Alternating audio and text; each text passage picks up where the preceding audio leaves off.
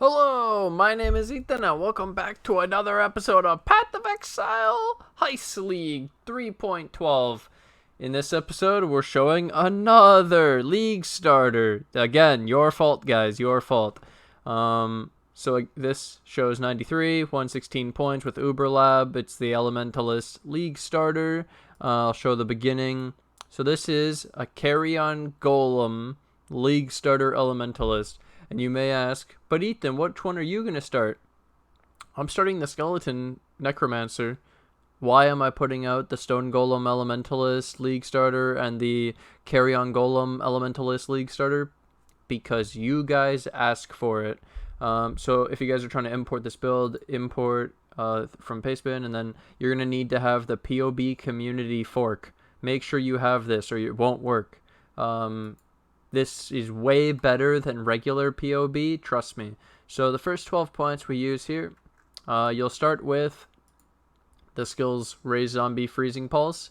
You can, if you want, use the skill Summon Raging Spirit on top of Raise Zombie, dropping Freezing Pulse if you want to.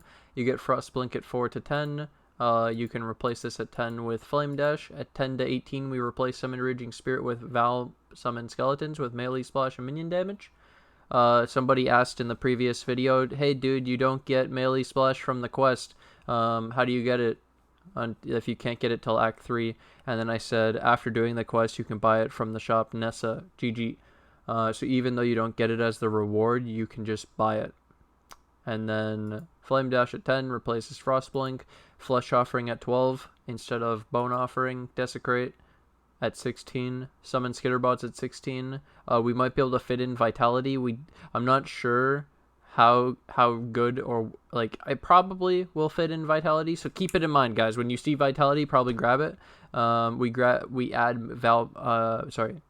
melee physical damage to our Val Summon Skeletons. We take punishment instead of the old vulnerability. So this is pretty much a take of the old starter Carrion Golem build, but now we're doing it in 3.12, and this one is way better, and I will tell you the differences of the old one compared to the new one. But this start alone, like this 12 points with the skills start up to level 12, is like the best start you could possibly fucking have, and that's one of the biggest improvements to the build. And then using the 25, also still using the 18 to 38 Val Summon Skeletons, using our regular league start skill tree into the 43 that turns into Golems, just feels way better than our old Rush Sacrifice, Rush Indomitable Army. It was so stupid just to keep zombies alive, because I started as a zombie player because zombies are like the basic as you can get to learn the game.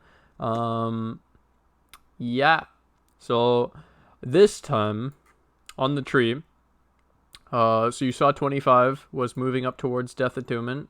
Well, you can complete Death Attunement, but this time you can get the Sacrifice node. So the Sacrifice node is going to help keep your zombies alive. And so the concept here is that you're going to be going Golems, and then the Golems you go by level 38, which I'll show you the skill now. At 24 you get Dread Banner and Pride. At 31 you add Generosity to, like normal. Carrion Golems at 38. So you get it at 34, but at 38 we actually use it because you can add, well, this time you could do it at 34. You don't technically need the Brutality. We could run Ruthless instead and go at 34. So I guess you would prefer that, right? If you ran instead of Brutality and then you lower the levels on each of the things, and then here you would run, like, I think it's Ruthless is the next highest damage. At what level would you have to run this at? Like 10. Yep. This down a level, down 2 levels. This one, we're just gonna down 2 on everything. 29, what's it now? 33, okay. Impale, 38, oh god, 36. Okay, there we go. All the levels are fixed on that. So you can take Carrion Golems at 34 because you don't even need multi-strike. You can fit in multi-strike at 38 instead of Ruthless. That's the upgrade if you want to, but there you go. Carrion Golems are pretty fucking cool, and these are the big links at the end after. It's multi-strike instead, and then we have the Dread Banner Pride. So something different I did for this one. So the biggest difference about Carrion Golems compared to the Stone Golem version, because this is pretty much comparable, right? Carrion Golems. Uh,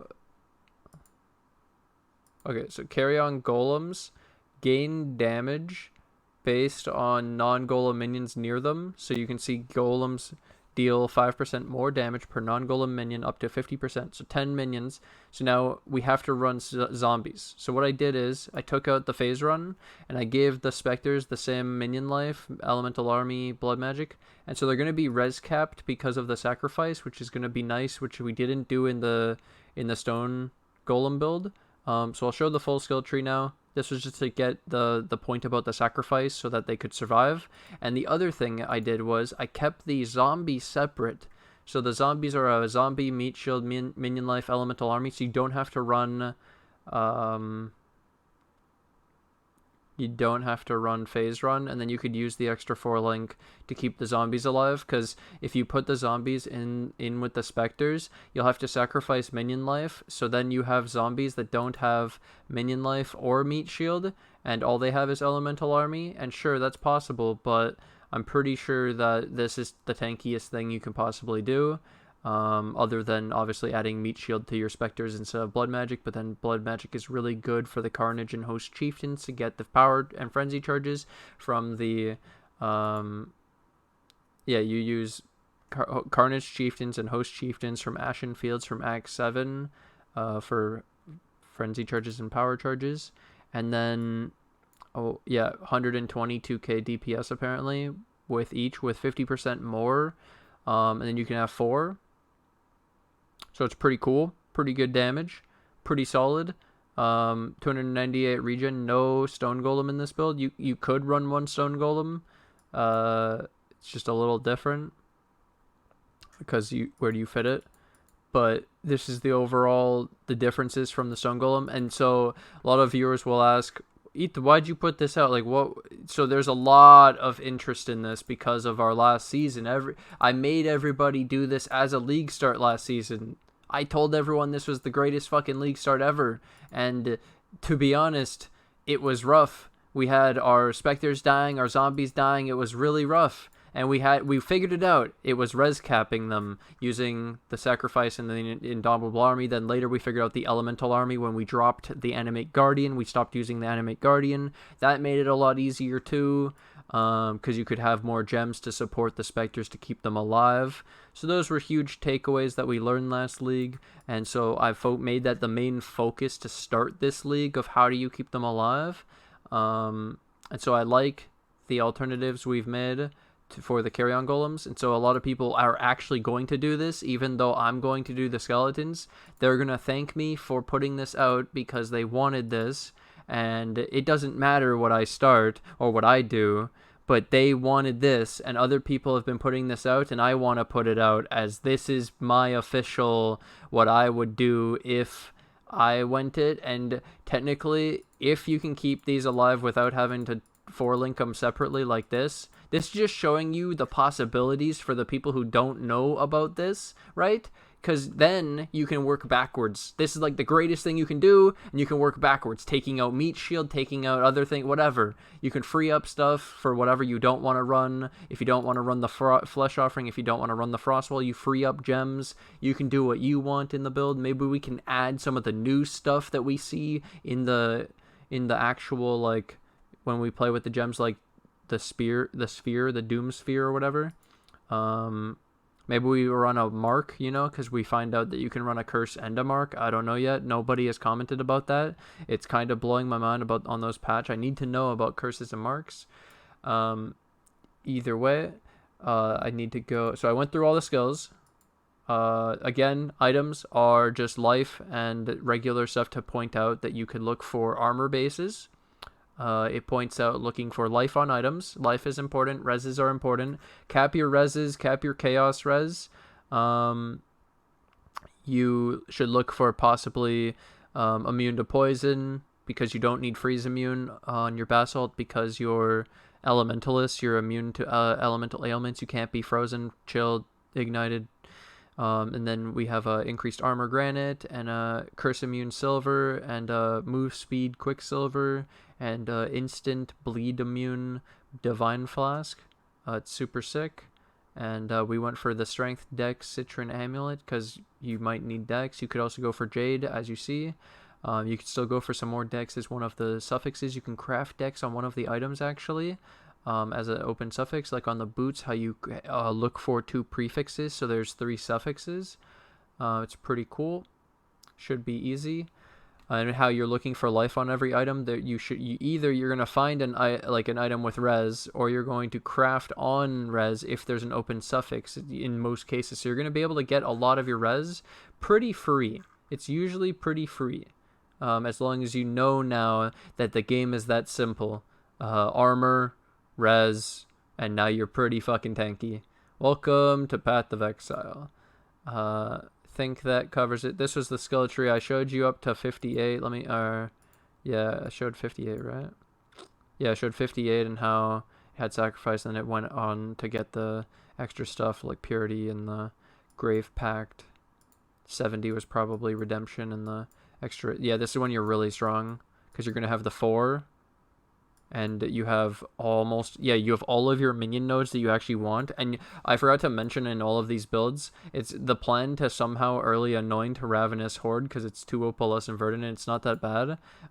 It's just such far pathing that I fucking hate doing it, other than possibly the 7 if you go for this jewel socket and if you path through here. So it's like really annoying for this because of going for Golem Commander. If Golem Commander was down here, so that we didn't have to path to this into node right here, it would fix everything. But because it's so fucking far, then it makes this awkward because it makes it weird to go to this jewel socket. And yup. Either way, now that we have all the, you could technically repath it and you could Thread of Hope to get the Ravenous Horde. We've done that in the past too. If Thread of Hope isn't too bad, but that's an Awakener drop, so it might be costly, especially with decent res, and this is a league start anyways. But oh my god, look at these nodes. I just noticed they changed the nodes for chaos stuff. I mean, whoa, doom hexes. I need an explanation. I honestly don't understand if marks and curses stack or not. That's the only part that I don't understand yet. Can you use both without an extra curse, like without one extra? Because like +1 hex now, right? So mark is just the same, and you can only get 1 hex, and you can only get 1 mark ever. That's what it sounds like. Either way, thank you guys for watching. I hope this helps anyone trying to go the Carrion Golem build. I know a lot of people are going to do this because they don't want to use all the Orbs of Regret. They would rather take their time and slowly level and enjoy the entire playstyle the whole time. And this is going to be the smoothest transition possibly because it is the build basically, and so everything is just going to be leveled. And again, you should take 6 Carrion Golems in your 6 Carrion Golem gems in your offhand and level them so that you can get level 21 gems as a huge upgrade in your build, as we showed before in the budget build. I put it out just before this video, so I hope you guys enjoyed that. And yeah, this should be everything for the league starter budget Carrion. Next is the, like, you know how there's the budget, so I'm gonna do like a budget, a higher budget, yeah, like the upgrades to the budget basically. So what would be the next cheesy bullshit we would be looking for that could get some big upgrades, because we're so early on in the league that what are our predictions that are going to be cheap basically, and that's my next video. So hope you guys have enjoyed. Thank you guys for watching. Thanks for hanging out. I'm going to take this opportunity to thank my Patreon and my YouTube members who financially support the channel. I can't do this without you guys. Thank you guys for all the support, and thank you guys to anyone new who joins today, and I'll see you guys in the next episode. Bye!